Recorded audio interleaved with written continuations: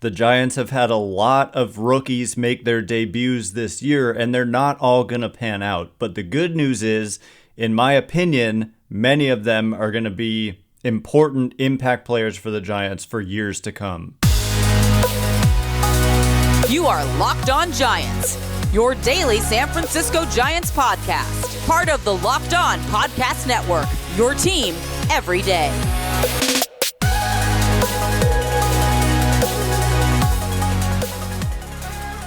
Hello and welcome to Locked On Giants, part of the Locked On Podcast Network, where it's your team every day. My name is Ben Kaspick, and on this show we provide daily episodes Monday through Friday, talking about the San Francisco Giants in a way that's data-driven and rational, but also simple, passionate, and accessible to all. I'm a former contributor for the baseball statistics and analysis websites Beyond the Box Score and Rotographs. I've been podcasting about the Giants since 2015, and I'm a lifelong fan. Thank you for making Locked On Giants your first listen every day. We're free and available wherever you get podcasts, including YouTube. Check us out there if you have not already, and please hit that subscribe button wherever it is that you're watching or listening. Also, swing for the fences on Sleeper Picks, and you could win up to 100 times your money. Download the Sleeper app and use promo code LOCKEDON, and you'll get up to a $100 match on your first deposit. Terms and conditions apply. See Sleeper's terms of use for details, currently operational in over 30 states. Check out Sleeper today. And coming up on today's show, a mailbag edition of the show. Thank you so much to everyone who submitted questions on Twitter. My goal today is to move much quicker and get to more questions. So I'm going to stop talking and just get right to the questions. First one comes from Basta, who says, after seeing all these new guys come up, which few do you think are going to be mainstays for a while, if any? My opinion, Basta's opinion, is Kyle Harrison and Ryan Walker. So I have a very different opinion. Not that I disagree with Kyle Harrison and Ryan Walker, but I'm going to start first and foremost with Patrick Bailey. I think he's just cemented himself as not just the Giants catcher of the present and the future, but also as one of the better overall catchers in baseball. And so I'm going to start with Patrick Bailey and just continuing to look through some of the rookies. I personally think Wade Meckler, I'm not going to say that he's going to be a star, but I think that the future is bright for Meckler, and the question is for years to come. So I think he's going to get a lot of chances, and I believe in the talent that he has, and we saw some of it come out recently. And I'm less sure about Casey Schmitt. I love the defense, but the bat is hard to not question the bat. So I'm not going to name him there.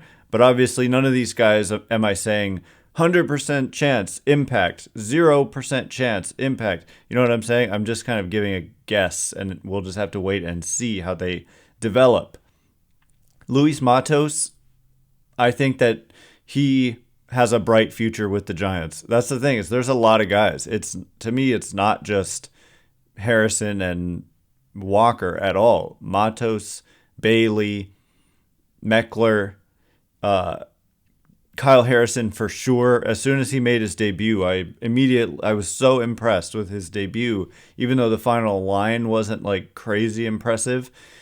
That fastball looks special, and he's 22 years old, and there's a reason many consider him the best left-handed pitching prospect in baseball. And so for sure him. And looking through the rest, I mean, yeah, Ryan Walker, if you just look at his numbers, look at his baseball savant page, it's just impressive. And multiple kind of roles too. Opener, middle relief, probably pitched late in games too. Funky crossfire delivery, gets ground balls, gets strikeouts. So him as well. And then anyone else? And was your question guys who have already debuted this season? I'm going to just stick to guys who have debuted this season. I mean, Marco Luciano, I think he definitely has a future. It's unfortunate he hurt himself and is currently unable to play. But just kind of scrolling through the roster, I guess I would probably end it there. I mean, Keaton Winn, these are guys I'm more iffy on, but Keaton Winn and certainly Marco Luciano, in addition to all those other guys I named. So that's a big reason why, no matter how this season goes, like, I'll call it a huge disappointment if they don't make the playoffs. But at the same time, it's just the right, correct response to say simultaneously, this was a huge step forward year in terms of graduating some young talent to the major leagues. Okay, next question from there's three or four people who ask about Paul DeJong. Brian says, should Cap stick with DeJong at shortstop for the series against the Braves? And my answer is heck yes. Like, who else are they going to play there?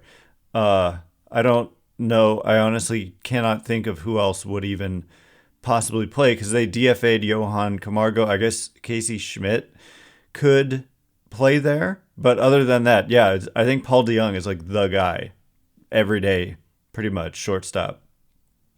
Brian says, is DeJong a legit candidate for a contract extension this offseason? He's had average performance over the course of his career. He's only 30, should come cheap, adds a veteran presence if Crawford retires. If so, does that make Casey or Lucy a trade candidate? And then Brandon Brawford says, could you see us extending DeJong? JD seems to be struggling a little lately. Do you see us continue to platoon him? In my opinion, JD is more of a first baseman. Would love to see Casey get reps at third. So I'm actually not going to answer the second part of that question because I've got too many to get to, and this one was supposed to just be about DeJong in terms of how I organized it. So basically, you both asked if he's an extension candidate, and to me, the answer is yes. What was confusing to me, and I still haven't totally figured it out, and I meant to check my email because I literally emailed Matt Chisholm, the Giants' public relations media contact point person, about the contract status of DeJong. He had club options for next year and the year after that, but the fact that he was DFA'd by the Blue Jays and then cleared waivers and then was released, my understanding is that those club options no longer exist. And so that wasn't really your question, but my question is, do they have the right to just bring him back if they want to on the club options? I think the answer is no, and that he would just be a free agent at the end of the season. But for sure, the shortstop class is thin. Like, if you look at free agent shortstops, he's going to be one of the best out there for sure. And Crawford, I'm sorry, but it looks like he should retire based on the performance the last couple of years, this year being even worse than the last. And honestly, when Crawford comes off the IL, if DeJong kind of performs just decently, like you said, average production with a plus glove, and then you're getting 6.5 years younger there, yes, I could see them giving DeJong a 1-year deal, $5 million, come back and just be a nice kind of. This is what I said the other day.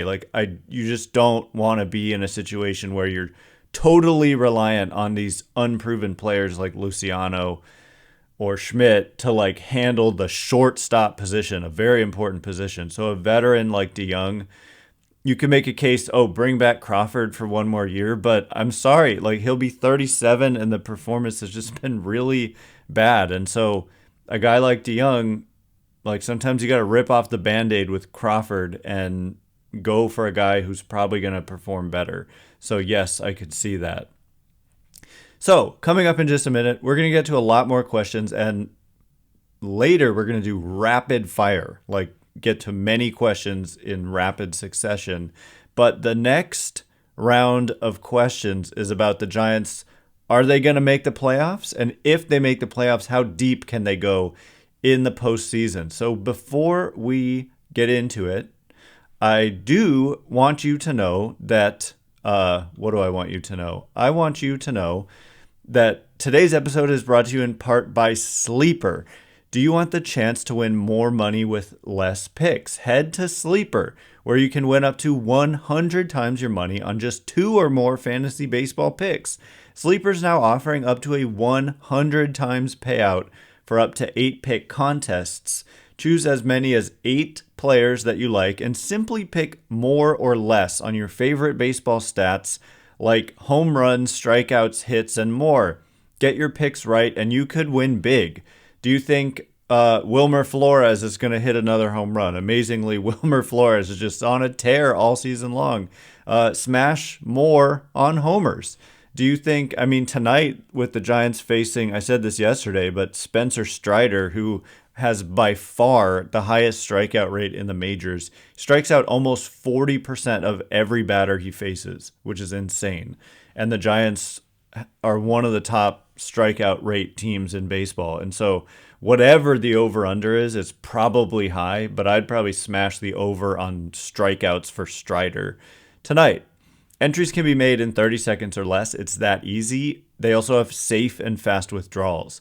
Use promo code LOCKEDON and you'll get up to a $100 match on your first deposit. Terms and conditions apply. See Sleeper's terms of use for details. Currently operational in over 30 states. Check out Sleeper today. All right, here we go. More questions and answers. Thanks again for making Locked On Giants your first listen every day. Everydayers on Monday, breaking down a huge series against the Braves. I said last time the Giants played the Braves that just one win was acceptable. A lot of you in the comments, go ahead, comment away, say whatever you want. But you gave me grief about saying one win was enough. But you're playing the best team in baseball on the road. I just meant, don't get swept. Winning 2 out of 3 is, unlikely when you're playing the best team in baseball and you're on the road. So I don't think what I said was too crazy. But at home, it's a little different. I'm not going to be satisfied with one win. If you can, obviously you try to win every series. But I don't know where I was going with that. But the Giants play the Braves. That on Monday we'll be breaking it down. They play the Braves tonight at 7:15 Pacific. Great matchup. Spencer Strider versus Logan Webb. This is like a playoff-like game 1 of a NLDS or CS matchup. And you can catch every pitch of the Giants' hometown broadcast with SiriusXM on the SXM app. Search Giants. So, getting to the next questions. D says, postseason or nah, this last leg of the season. So, my gut reaction is that right about now, the Giants are in the 50-50 zone where I could see it going either way. Let me consult after I've given my opinion before looking with what Fangraphs has to say about the Giants playoff odds. Oh, and guess what? 50.8%. So I do have a feel for it. I also check this all the time. But that's about where I feel right now is coin flip. That's why this is a huge series. If you get swept, your playoff odds are going to dwindle. But if you sweep, your playoff odds are going to shoot up. So every game is big. It's late August now. So, I'm an optimist, so I'll say yes to just be definitive. But it's a coin flip. SF Sports Fam says, with such a tough schedule coming up, do you see the Giants being able to hold on to a wild card spot? So it's a similar question, but it's a little bit different. And the thing I want to say about it is I think that the tough schedule thing gets a little bit overblown, even though it is tough. I'm not going to deny that. The strength of schedule remaining has now gone under 500. So the real tough stretch was when they played Texas, Tampa Bay, Atlanta, Philly, Atlanta in a row. And they're at the very tail end of that. I think the Reds are a little bit overrated. The Padres are super talented, but they have struggled all season long. They haven't won 4 games in a row all season long, which is amazing. The Cubs are, I think, underrated and good. But then you have a home series against the Rockies, one of the worst teams in baseball, followed by a home series against the Guardians, who are simply not very good. They're 60-68. And so, they've made the playoffs a lot recently, but a home series with Rockies Guardians is not exactly a terrible, it's a winnable home series. And then you go on the road to play the Rockies for 4. And while it's Coors Field, and Coors Field is very unpredictable, it is still, again, the Rockies, one of the worst teams in baseball. And then to finish out the season, 2 at Arizona. And Arizona has fallen back down to earth to the point where they're right about around where the Giants are. So they're a solid team, but they're no longer like the first place NL West team. Then you go 4 at LA. That's obviously tough. 3 at home against the Padres. Hopefully they'll be eliminated by then and it won't mean much to them. And then 3 against the Dodgers to finish it out at home. So there are obviously some tough stretches in there, specifically, 7 games against the Dodgers out of their final 10. That, if it's a close race at the end, that you may have to beat the Dodgers to kind of get in, and that's tough. But there are some softer or medium pockets kind of in here after the Braves series. And a lot of it, too, depends on how do the Padres play against the Giants. Do the Padres finally start winning?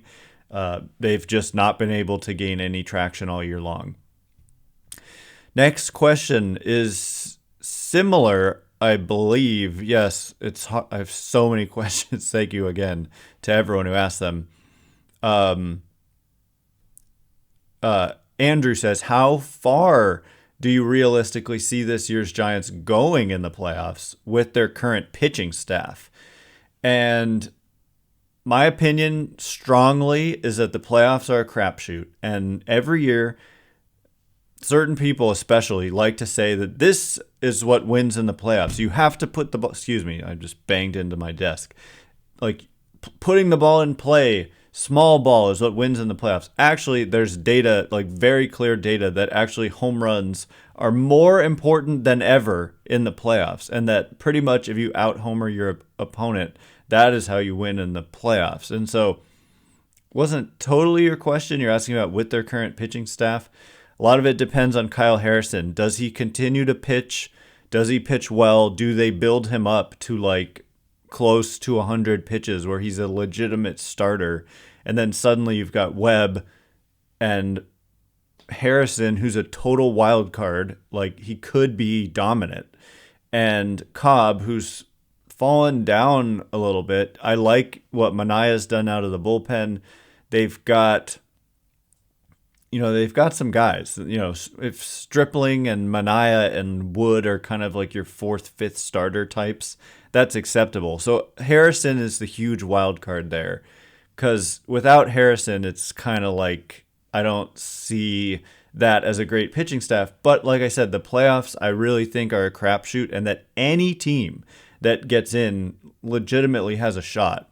But the Giants are not going to be World Series favorites by any means. But I also think whoever is the World Series favorite probably won't win the World Series. That's always take the field. You know what I'm saying? Like the favorite might have 25% odds or 30% odds to win the World Series, but that means the rest of the teams combined have a 70% chance.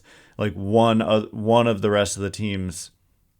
No, the rest of the teams combined have a 70% chance, even if you have a 30% chance. And just to be clear on that, the Fangraphs gives the Braves, I'm sure, the highest World Series odds at 28%, Dodgers at 15%.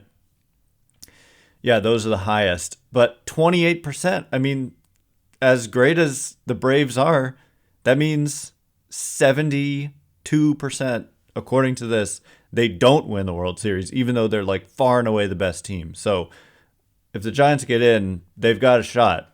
And how deep do they go? Hopefully they would play a wild card round. I don't think there's almost any chance they win the division, so you'd have to play a best of 3, and that would totally be a crapshoot in my opinion. It's like how does Webb pitch in his start? How does Harrison pitch in his start? And that kind of determines whether you win or not. And likewise on the other side, how do the other guys pitch? So that's why it's a crapshoot, because if Webb blows up, we saw it with the Mets last year in the wild card round. Everybody had them winning because they had DeGrom and they had Scherzer, and Scherzer got lit up by the Padres, who, like Trent Grisham had a horrible season and he just went off in that series, and the Padres won and they went to the NLCS eventually. They beat the Dodgers, so anything can happen. And you just, like, I can't stand when people act like they pretend like they know how the playoffs are going to work. Go ahead and make a bet and show it to me on your huge bet if you're so certain on who's going to win, and show it to me. Show it to all of us. And it's just really hard to predict baseball. Anyway, coming up in just a minute, I want to get to a couple more questions. Ranking the Giants uniforms. I'll do that quickly. The Shohei Ohtani injury, and also our rapid fire questions. So stay tuned for all of that. And before we get into it, all right, as promised, more questions and answers. Thanks again for making Locked On Giants your first listen every day. Everydayers on Monday, we will be breaking down a big series against the best in MLB Atlanta Braves at home. Great pitching matchup. Logan Webb and Spencer Strider. You could definitely see, it's a possibility for sure that you could see that starting a playoff series after the wild card round this year. Giants play the Braves at 7:15 tonight Pacific, and you can catch every pitch of the Giants' hometown broadcast with SiriusXM on the SXM app. Search Giants. So the next question comes again from Brandon Brawford, who says, rank the uniforms for us, please. That's tough, but how can you not go City Connect number one? Which is crazy. It's like the Eiffel Tower, right? Everybody hated it in Paris when it first was built. Everybody hated it, and like, what is it? Not Coit Tower, but the is it Coit Tower? The big radio tower in San Francisco. Everybody hated it. The Pyramid Building in San Francisco. Everybody hated it. There's this trend in history of these kind of bold designs. People hate them initially, and I hated the City Connect white. I just thought it was so stupid and ugly, and I was like, this is ridiculous.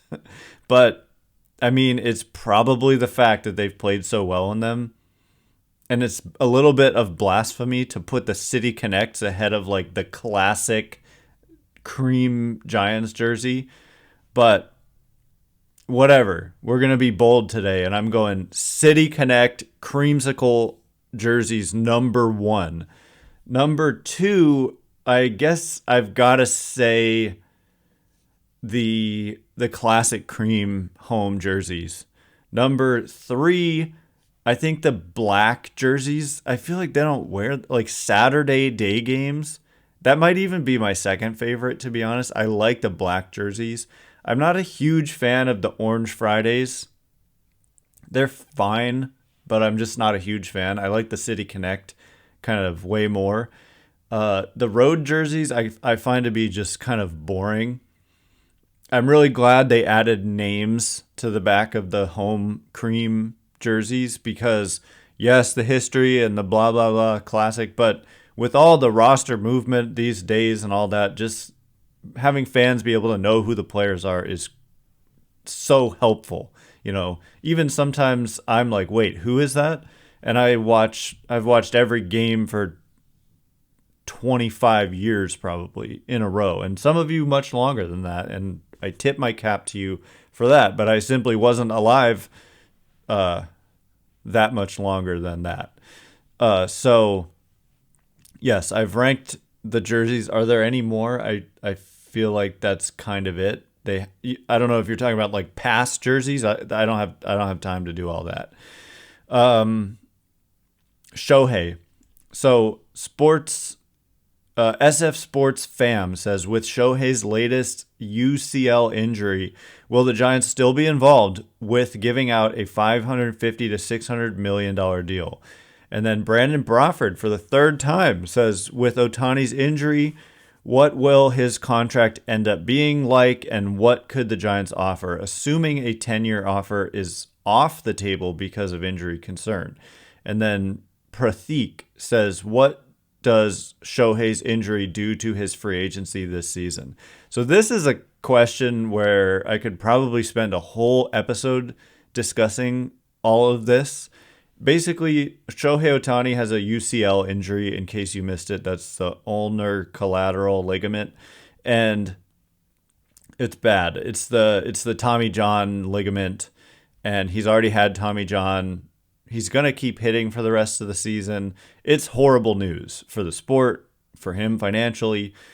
What does it do? I honestly, like, the warning signs were there, right? Like, he kept coming out of games with cramping, fatigue, just all kinds of stuff was happening to him, and they just kept pushing him. And my goodness, does it look like a mistake that they didn't trade him, because they could have rebuilt their whole organization, and now they basically have a 0% chance of making the playoffs. So that turned out horrible for the Angels. Although there's a chance that he signs a 1-year deal with them but if he has Tommy John, he's going to miss all of next season pitching wise. It's crazy. Tommy John, it takes a year. And so over a year is 13 months, I think, usually. So, I think the Giants will still be involved. My opinion, this is kind of a spicy take, is as fun as it is that he does the two things, pitching and hitting, he should just play the outfield, in my opinion. And I have been very clear about this, that his value is not as high as people say it is when they say he's a great hitter, like Aaron Judge, who gets $350 million, and he's a great pitcher like Garrett Cole, who gets $350 million. So boom, bam, add inflation, and you're at $800 million. It's not that simple, because he's not like Aaron Judge in that he DHs when he's not pitching. And being a DH is very different than being an outfielder, and a good outfielder like Judge is. So I get it, he pitches, and so that has its own value. And then when he hits, that has its own value. But his hitting value is as a DH, not as a position player. It would be different if the days in which he pitched or didn't pitch, he was in the outfield. That would make it so you just kind of lump those two together. Some people say, oh, the value of him only taking up one roster spot and playing two positions adds immeasurable value or something. Well, first of all, we should try to figure out how to actually measure it and not just say it adds immeasurable value. But secondly, I've heard the argument from smart people that it kind of maybe gets outweighed by the fact that if he gets injured ever, you're missing two players at once, two elite players at once. And so it's kind of a double-edged sword. So anyway, my impression was always that these estimates for his contract, ESPN recently had, $970 million or something, 12 years, 967. I just thought that was absurd and not going to happen, especially because pitchers break down as they get older. And just basically that assumption was he's going to stay the same. It didn't factor in an aging curve as far as I could tell. So, I do think the Giants will still be involved. I don't think this changes that, because you're talking about maybe a Tommy John, and maybe you just kind of have open-mindedness to ditch the pitching at some point and just play the outfield. And if he ditches the pitching and just plays the outfield, he's a good enough hitter. I mean, he's the best hitter in baseball right now. He's a year younger than Judge was last year at this time, and Judge got $360 million. And so, at being a year younger, he might get an extra year, and maybe you call it the same $40 million a year, and it comes out to, what did Judge get? 9 years, 360. So maybe 10 years, 400 or something for Shohei. So again, I always thought the $900 million estimates were not accurate, but he's still, as a hitter and potential outfielder, I think worth, although you factor in maybe he can't play the outfield next year if he has Tommy John. So that lessens the value of one of the years. But he's still a super valuable player, and yes, I still see the Giants going after him. But like I said, I could spend a lot more time on this question, and eventually I will. It's just, we have all off season for that. So rapid fire, we have reached the rapid fire stage of this episode. I realize I'm already running out of time, but we'll get to them fast. Miles says, are we going to get swept this weekend? Answer, probably not. Statistically, getting swept is not the most likely outcome. It's just not. Giants dog, how much do we suck? Answer, not that much. In fact, they're above average. So, not that much. Alvaro, thoughts on Bryce Eldridge season, big bro. Thanks for calling me big bro. Bryce Eldridge has been really impressive, got promoted to San Jose. We'll definitely talk about him more later. I have one from Curtis here about Elliot Ramos. Giants seem to have given up on him, but what's my evaluation? Are they giving up on a potentially above average hitter, or are they making the right choice? I think mostly probably the right choice. I don't believe much in him as a hitter.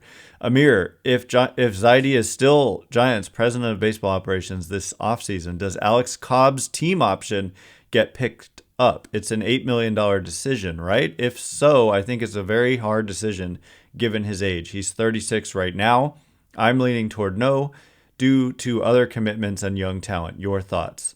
So I haven't pulled up the roster resource page. So it's the option is worth $10 million and the buyout is $2 million. So yes, it's an $8 million decision.